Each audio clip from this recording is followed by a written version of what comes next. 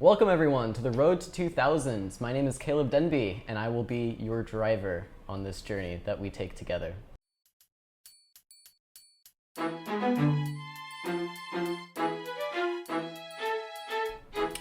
So this is the first time this class is appearing on YouTube, I think. I've been doing it at the club for a while. But what I wanted to talk about is basically an introduction to the class. What we're basically going to be doing here is I'm going to be looking at the different various levels on the way to 2000 and talking about what I think could help the most, what people need to work on at each level in order to improve to that next step, to break that next barrier. So since this is the first class, I wanted to start off a little bit more basic.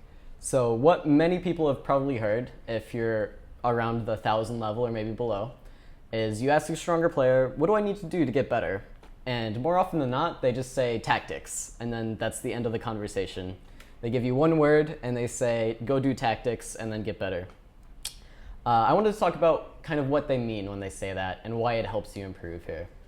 So one of the basic tactics, this happens in so many beginner games, it's hard to count.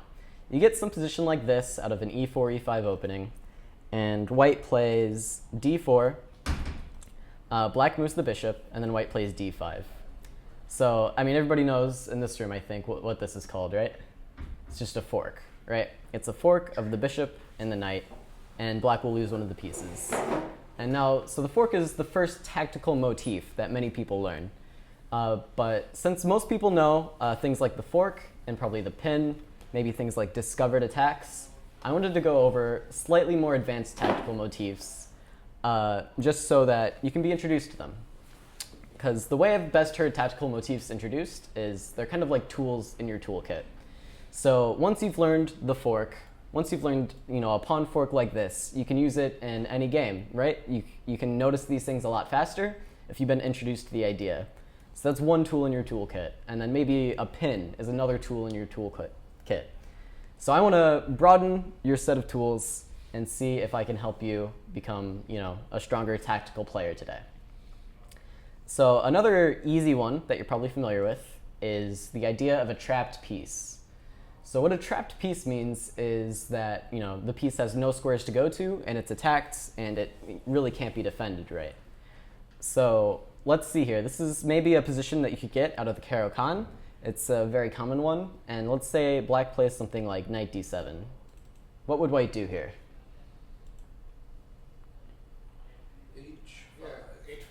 Yeah, so this is a very common idea.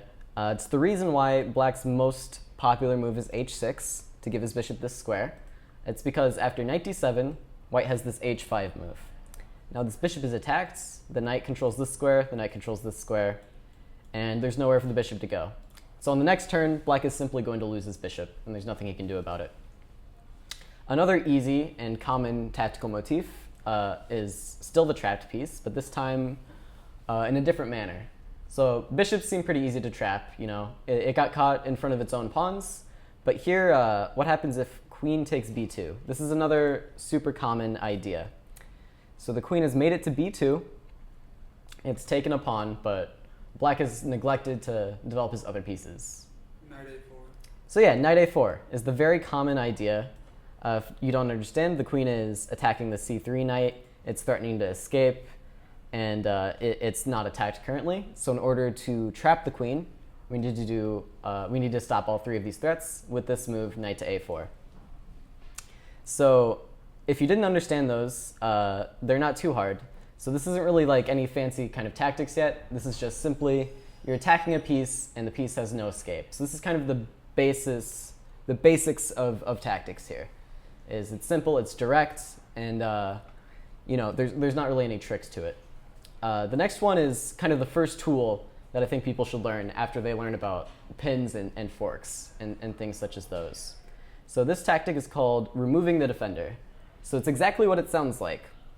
So let's say in this game, maybe black plays c5, attacking d4, and white plays d5. And so you might think, okay, white only has 2 defenders and black has 3 attackers. So if black takes, however, what can white achieve here?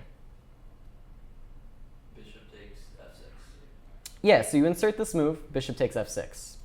And after queen takes or g takes, now there's simply not enough pieces left to defend this bishop. Why wouldn't knight takes here work? What's wrong with knight takes d5, the other order? The queen takes it? Yeah, so the queen takes on d5, and then if you take f6,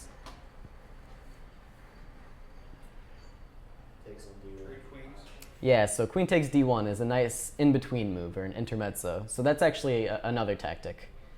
A tactical motif, I mean. But yeah, it's simply bishop takes f6, removing the defender of the bishop, and then capturing the bishop. So these are kind of the tactics in their basic form. And so I just wanted to introduce some of those, and then we'll get into more complicated kind of puzzles with them. So next up is called a deflection or a distraction, depending on who you ask. So does anyone know what a deflection or a distraction is before we jump into this intro puzzle here? Do you know what that kind of means, that tactical motif? Deflect a piece, make it move. Yeah, you make it move. So this happens when a piece is playing an important role in a position, right? So if a piece is playing an important role and it's forced to move off of the square that performs that role, then it's been deflected or distracted from what its task was. So this looks like a fairly normal position maybe, and so what if black threatens to checkmate us on g2? What can white try here? We can fork him. Yeah, so why can we fork him? Because he can't take it with the rook? Yeah, so it's, what piece is being deflected then? Rook. So yeah, the rook is being deflected. So this is kind of the most common form of deflection, I think. This is the one I see most in my games and in other games, is a player has a weak back rank, and it's got a rook defending this weak back rank, and something happens to make that rook move. So in this case, it's going to be this knight e7 check move. So it looks like this knight is hanging, but it's also forking the king and the queen, which is one of those basic tactical motifs that I think everybody knows. So after this check, we see rook takes, and then we actually have queen c8, takes, and the king is checkmated on the back rank. So you can kind of see how these slightly more complicated tactical motifs kind of rely on the simpler ones, right? So we've used this fork, and this fork forced this rook to be deflected, and then that allowed us to back rank mate him. So we've used the fork and the back rank mate all in order to achieve a deflection. So these things kind of compound on each other, and as you build to more complicated puzzles and more complicated tactics, you can kind of see that all these things work together, all these things are important, and kind of the more tactical motifs involved, sometimes the more complicated, but once you've got a good handle on them, they become a lot more simple. All right, up next, we have a mating net. So white would like to checkmate black's king, right? But I've highlighted here, there's an escape route, right? The black king can try to escape through g6 unless white stops him. So do you know what the idea of a mating net is before we look at this specifically? What does a mating net mean? Make it so the king can't move, and all you just need to do is add a check. Yeah, basically, you want to kind of, it's exactly like it sounds. You want to net the king. So you kind of tighten the net once you get it around him. So white already has a pretty tight mating net. These three squares are all impassable by the black king, and he just has to find a way to get rid of the last one before delivering the mate. It looks like the natural move might be something like g4, but then like I said, this g6 square, and the king can run away. So we need something better than g4. F5 to F5. Yeah, so f5 is the natural move. You start with f5, the king can't move, and it's actually just checkmate in one. There's no legal move black can play to get out of this one. Knight c6, and of course the follow-up now g4, only after we've taken away this square. All right, and so I wanted to do a second mating net puzzle here. So, and it's also kind of ignoring a weaker threat. So this is another tactical motif that I'm introducing. So a lot of times in beginner games, or games around the 1000 level, one opponent makes a threat, the other person responds, the person makes another threat, the person responds and defends the threat, and you kind of go back and forth like this, and nothing really gets done. You kind of chase each other around the board. But here we see white makes a threat. White plays rook d8, threatening the queen. And here black's going to want to ignore this threat. So what can black do to try to, counterattack? H4. Yeah, so this h4 move becomes really strong. You might be tempted to play rook h1 check. When after king g3, though, there's actually nothing left for black to do here.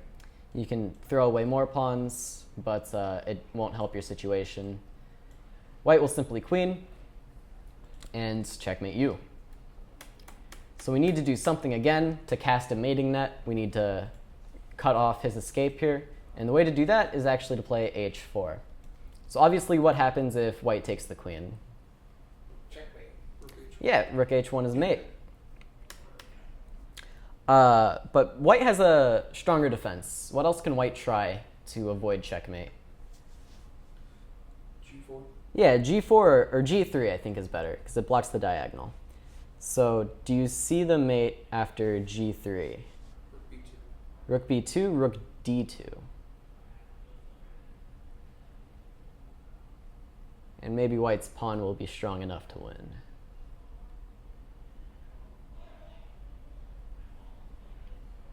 Oh, you still play rook H1? Yeah, so we're saying white plays this move g3 to try to give his king the g2 square. Rook H1. Yeah, so rook h1, and again the king has the g2 square. Queen C6. And yeah, that's the killer blow.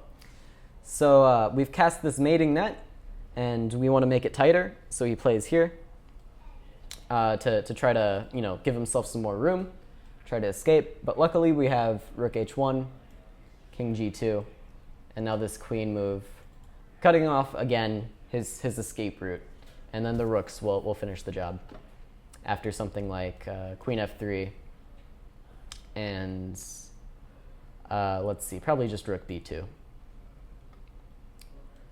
king h1, queen f3, and mate.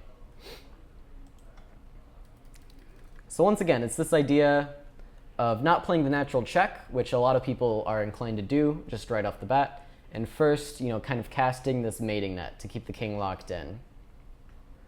Okay. Let's see an X-ray attack now. Does anybody know what an X-ray attack kind of is? X-ray is like seeing through something. So. Yeah, it's like you're eyeing a piece through another enemy piece. It's kind of a weird one, but it's actually pretty intuitive once you see it on the board. So this one is not so hard. It's c takes d5. What black plays queen takes d5. And now, what can white do here? Take the rook. Yeah, rook takes b7. And you can kind of see now this X-ray idea. This rook is defended through another piece, even though the piece is in the way. So when we tell beginners, how to count attackers and defenders, we usually just say, okay, that'd be one attacker, one defender. It's just an even trade. But this queen is actually a second attacker through the queen in this case. All right, this is now a clearance sacrifice. So it's exactly like it sounds, but does anybody know a stricter? Yeah, you want to clear the way. So what that means is you have a piece in your own way, basically. Your own piece is blocking your other pieces. So you want to do something to get it out of the way. So let's say in this position, black plays rook to d3. Rook h7. Yeah, so what piece is in the way first? The rook. The rook. Say this rook is in the way. We'd like to play queen g7, right? But we can't right now. And so the way to get it out of the way is you attack with tempo, rook h7, either knight or king h7, and then queen g7 mate. And it's just checkmate in 2. Up next, we have an interference tactic. So this is, again, exactly like it sounds. They've named these quite accurately. So here, a very tempting move for white might be to hop into the 7th rank, right? We're told, rooks on the 7th are always very strong. So we see this move, rook to d7.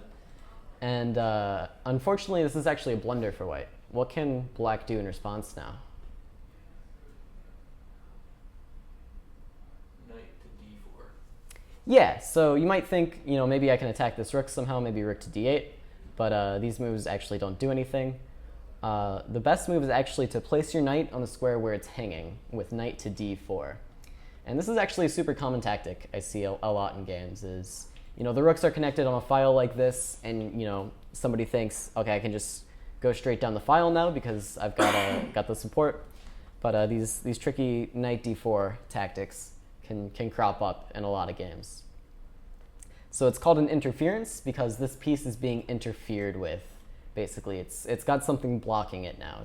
It's been interfered. And so white will recapture, and black can win the exchange. And maybe white gets a pawn for it, but the exchange is enough here. All right, moving on. The Desperado. So has anyone heard of the Desperado before? Absolutely, yeah. So again, what it basically means is, I'm not sure what the actual translation is from Spanish, but you would think it means desperate, but something to that effect, I'm sure. But what this means is you have a piece that can be captured, and your opponent also has a piece that can be captured. So one way that could resolve is you capture your opponent's piece and he captures your piece, and then you're done. That wouldn't be a Desperado. What a Desperado is when both of these pieces are in take, but then they keep taking other pieces. And rather than recapture, your opponent uses his piece to take another piece.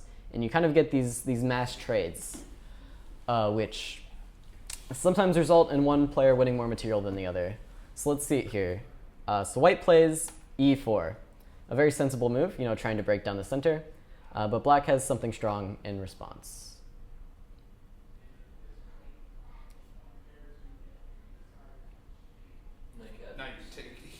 Well, yeah, let's calculate all the way through. So what does white play after knight e4? You can't just give the first move.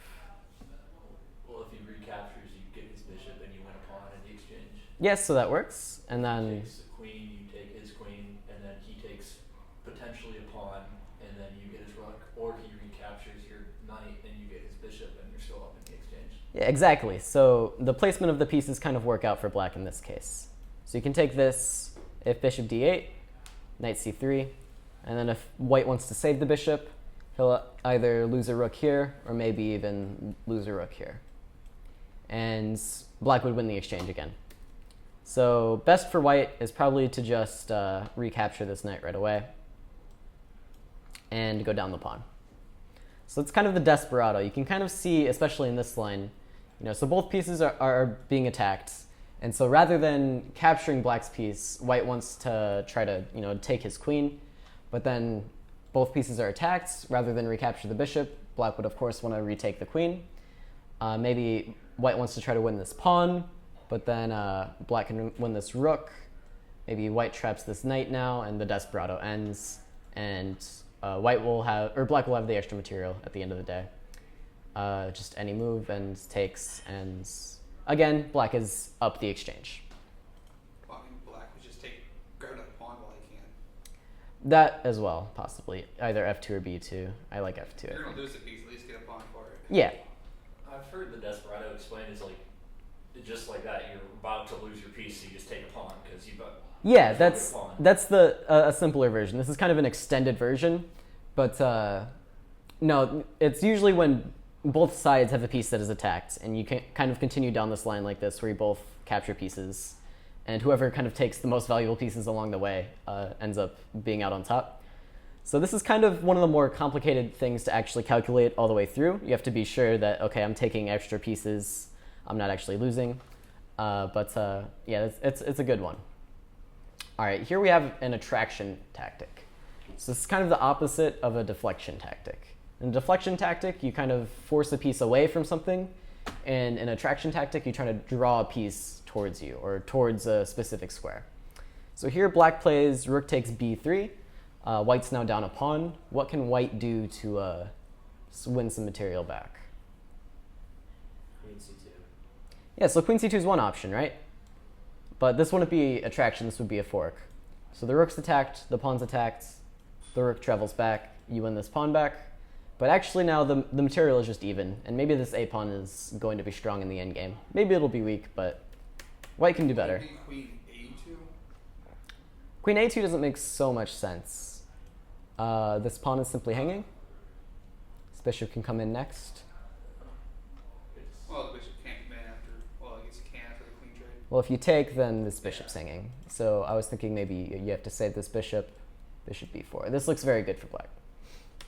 Bishop captures h7 So why that move? to do the fork next move. Yeah. Do the rook instead. So, yeah, it's all about move order here. So you have to take on h7 first. If king takes h7, the natural move. Now you've drawn the king forward. You've attracted the king to this square. And on this square, you now have this fork available. So the king will retreat, and the rook is captured. So this would win the exchange, as well as the pawn back. And if he doesn't take the bishop? If he doesn't take the bishop, that's the other problem you have to calculate. So king h8 is the only other move. And now, unfortunately, why is queen h5 a bad move? Sorry, I was going to say queen h5, but obviously this is the wrong choice. Knight f6? Yeah, simply knight f6 would be crushing. And this bishop actually does hang this time. So we need to do better after king h8. We have something better here.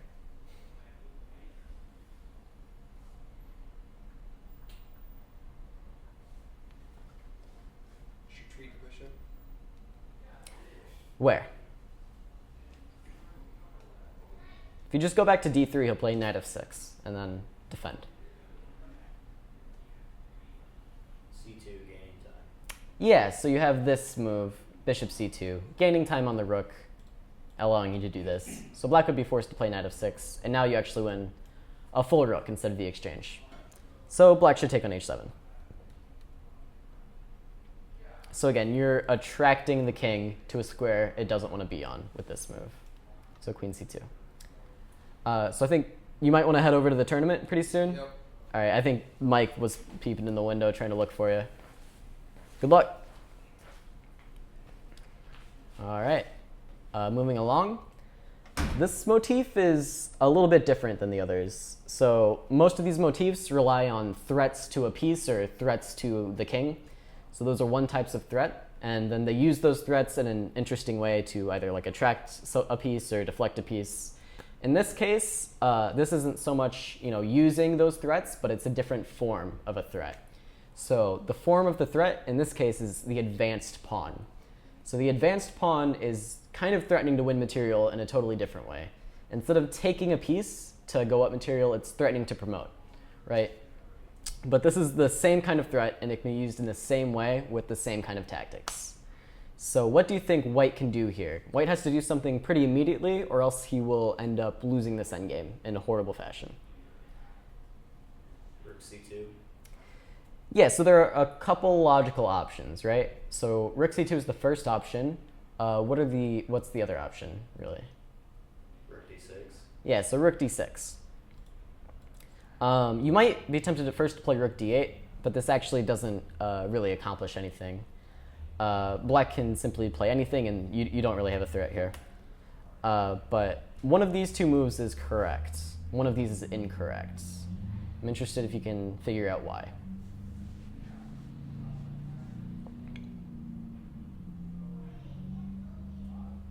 First off, let me just show the idea. So the idea is rook c2. If black does nothing, we're going to take here. And now what kind of tactic is this move specifically? Deflection. Yeah, so it's a deflection using the threat of the advanced pawn. This pawn is on an important square, so we deflect it away, and now we can follow through on our threat to gain material. So that's kind of what I mean when I say the advanced pawn is a different form of a threat rather than its own tactical motif. Rook c2 is better. So why is rook c2 better than rook d6? No knight e2 tricks. Yeah, so the problem with rook d6 is this knight e2 move.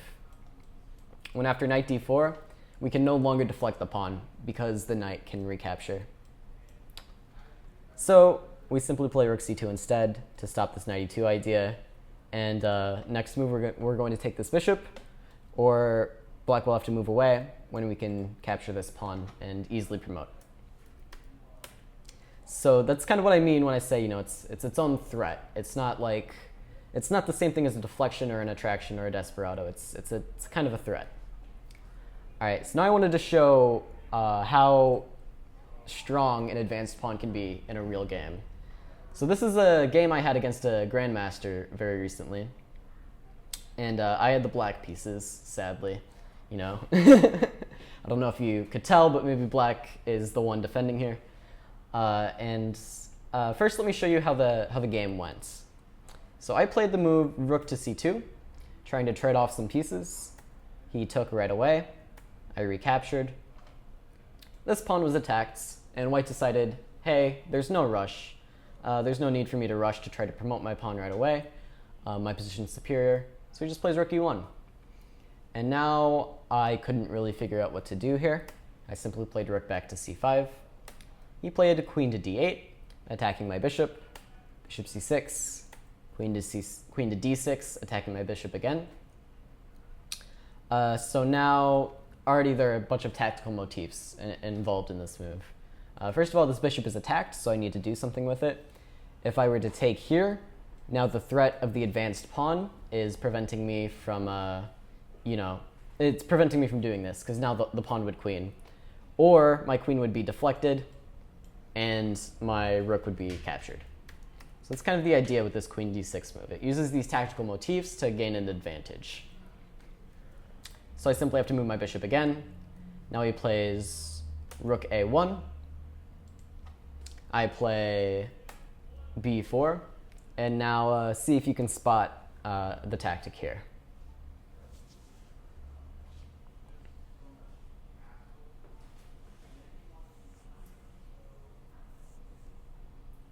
Queen takes c5.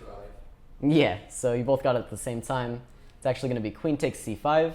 Again, it's the same kind of deflection tactic. This time, instead of a pawn we're deflecting the queen. And after a7, I resigned. So with all that in mind, let's back up to the original position. So knowing that, this advanced pawn is such a massive threat to the position, what might black play here?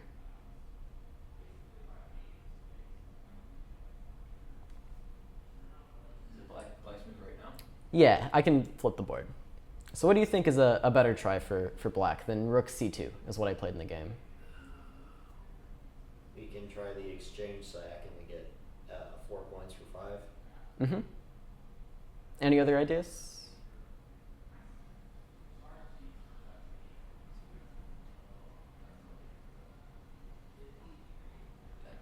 Yeah, I really don't see anything bad taking the bishop right.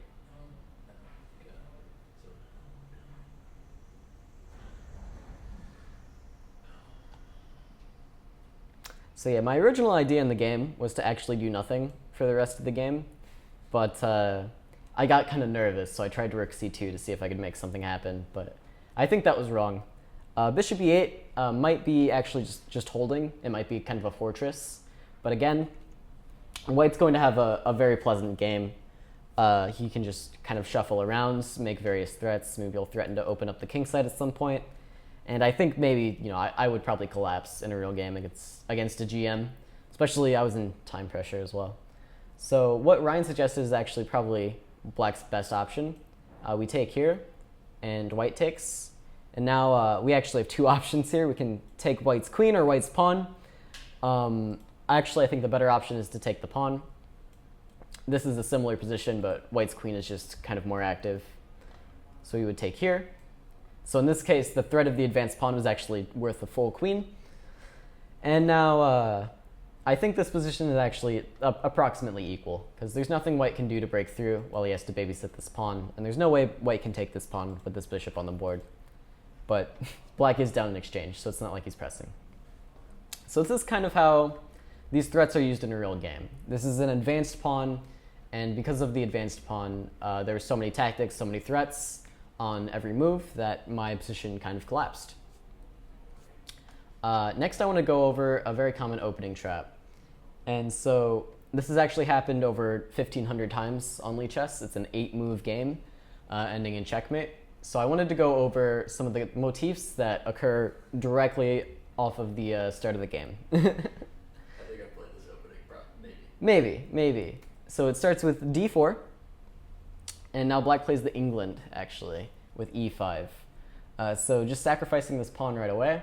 It's not very good for black, but it's something that people play thousands and thousands of times, apparently. So white takes the pawn, accepting the gambit. It's the best move. Knight to c6, threatening to regain the pawn. Knight f3, defending. And now comes the first kind of, unnatural move for black, but it's the main line in the opening. What do you think it is? Any idea? So this is kind of the point of the way black plays. To c4 check. Not quite. We actually want to, we really want to regain this pawn, because giving up your e5 pawn is terrible. And even England players realize this. So queen e7 is the move. Just attacking here. And you might think, well, this is no big deal. I can defend the pawn again, right? So what's the most natural move? Bishop f4. Yeah, simply bishop f4. And so now comes the point of black's play. So here comes our first tactic. So what motif is this? Fork. It's a fork, right? The basic one. So the most natural move again is bishop to d2. Black takes this pawn, and now we see another motif. Bishop c3.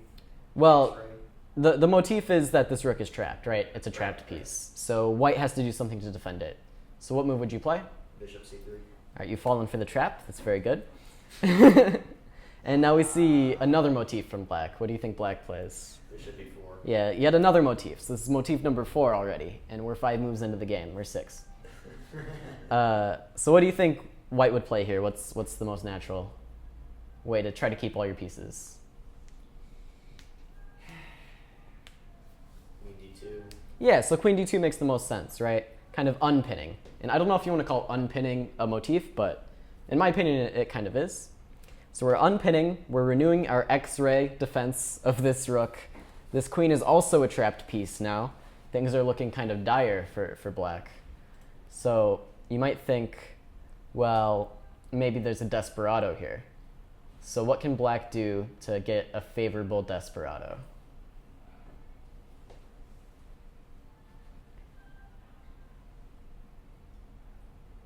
Can take the rook and then take the queen. Yeah, so this queen's attacked. You take a piece with your dead piece already. White recaptures, you take here, and you're up in exchange, right? So you might think, that's good enough, black would play that, but fortunately for white, black has better.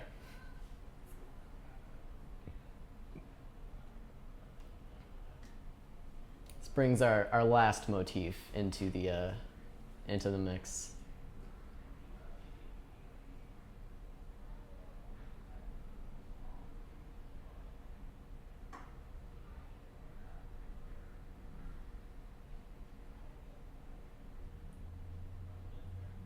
Bishop takes c3. Yeah, so bishop c3, and then queen c3, defending the rook, and then the points, Queen c1 mate. queen c1 mate. The mating net or mate threat, whatever motif you want to call it. So this move, this is move 8. This has happened over 1,500 times on lead chess. So if you've seen this video, don't do that.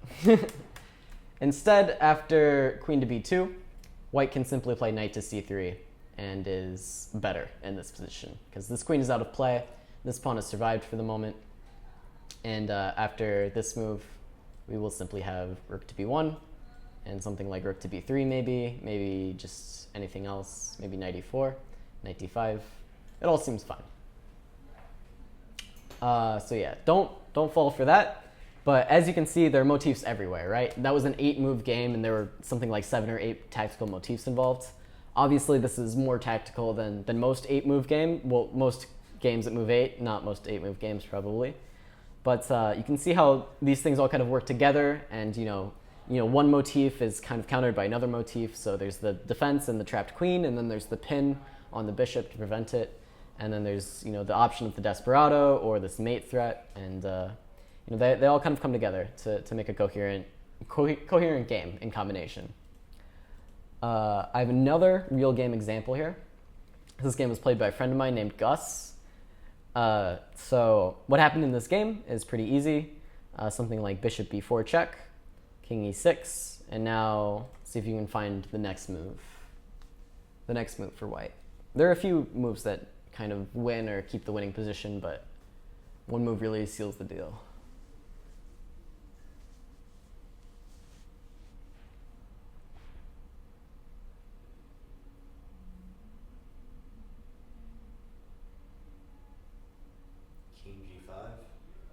Yeah, so why king g5? Taking away black's escape square. So yeah, F6. so what motif is that?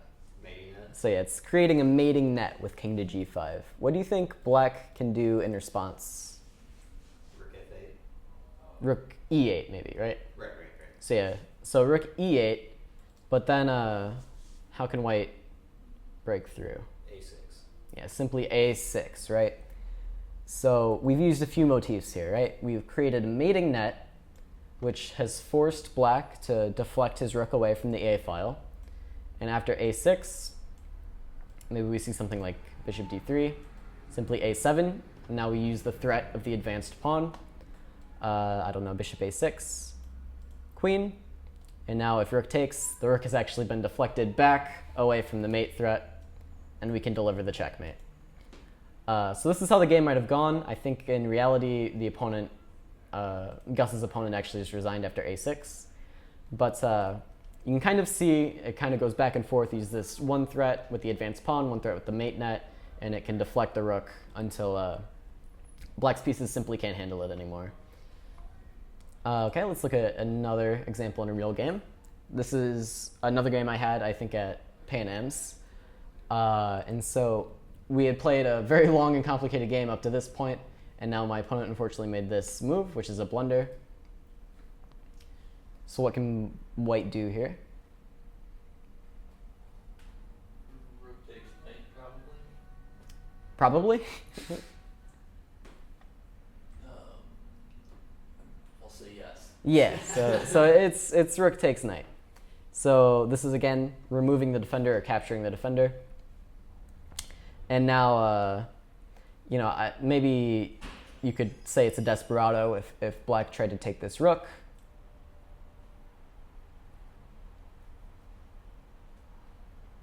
What's the best move for white? Is there anything besides taking the queen?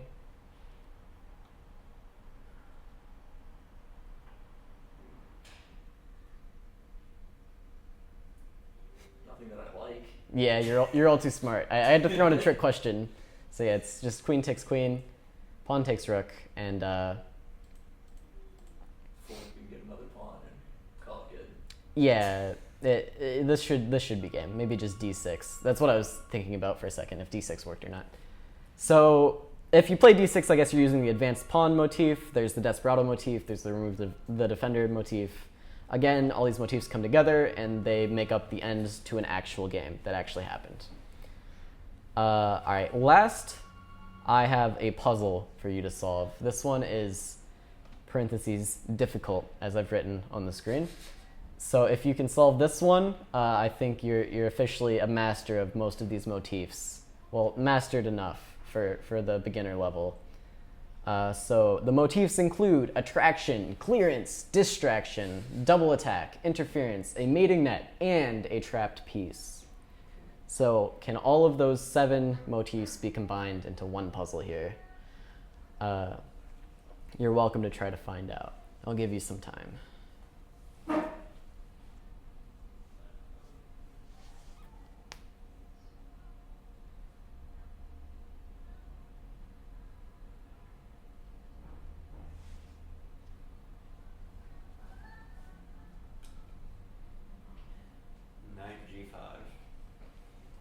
What's the idea?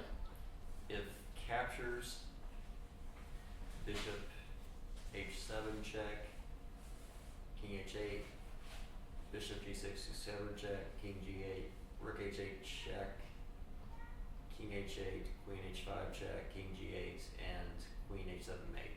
So why does he have to capture it though?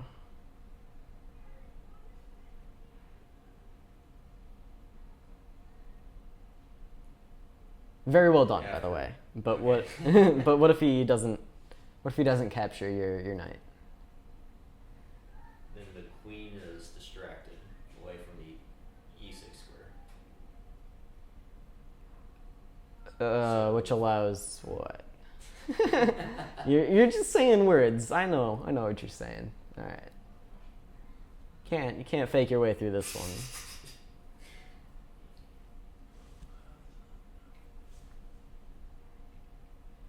Feels like there's something there after the queen moves away from the... It does feel like there's something there.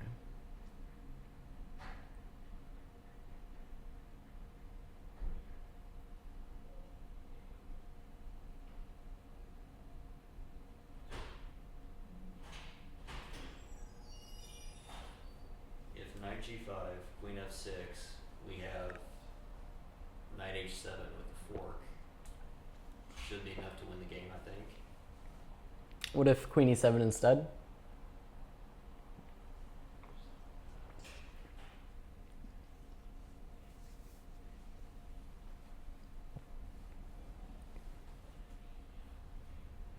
Queen e7, we also have knight h7 winning in exchange. Right, because the rook is trapped.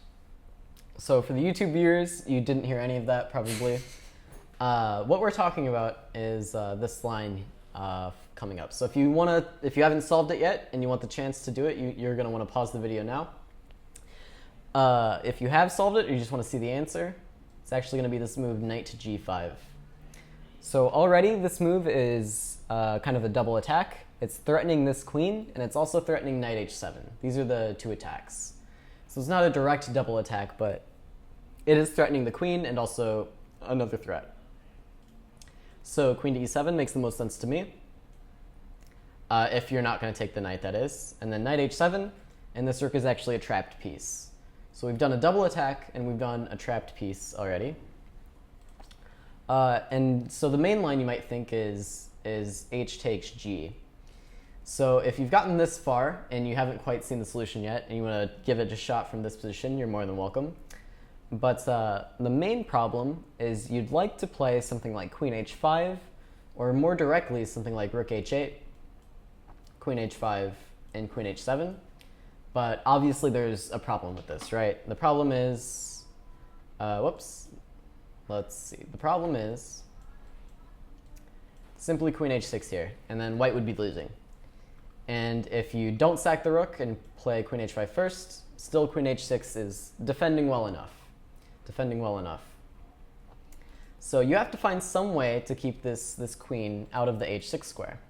So you play this bishop h7 check. And after king h8, you have bishop g6, casting a mating net. And now, of course, this knight move was also acting as clearance for this queen to get in. And lastly, I think I've mentioned everything. Well, this pawn was distraction, and now we need the attraction, and that comes in the form of this rook h8 move, forcing the king onto the h file, so we can move there with check, and now after king g8, the game is over. So if you solved that puzzle quickly, kudos to you, because that used well over 5 or 6, tactical motifs. So I think you've got these down pretty well. Any questions about any of these puzzles I went over today, or any of the motifs in general? I guess you said at the beginning of class, when people ask you how do you get better, how do you go from one level to the next, they just say tactics, right? Yeah.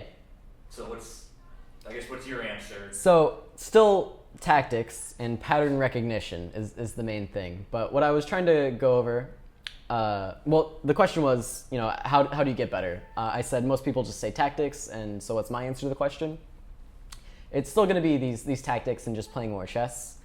But what I was trying to go over is these are the motifs that make up tactics. So this is what you should be looking for when you're doing tactics, and this is what kind of makes tactics happen. So this is kind of your starting point to figuring out how tactics work and how you can find them in your own games, is recognizing these types of patterns. Other than that, if you thought some of these were a little bit too hard, there is a cool feature on Lichess I wanted to show you guys, which you two are probably well beyond this, but it's actually this practice feature.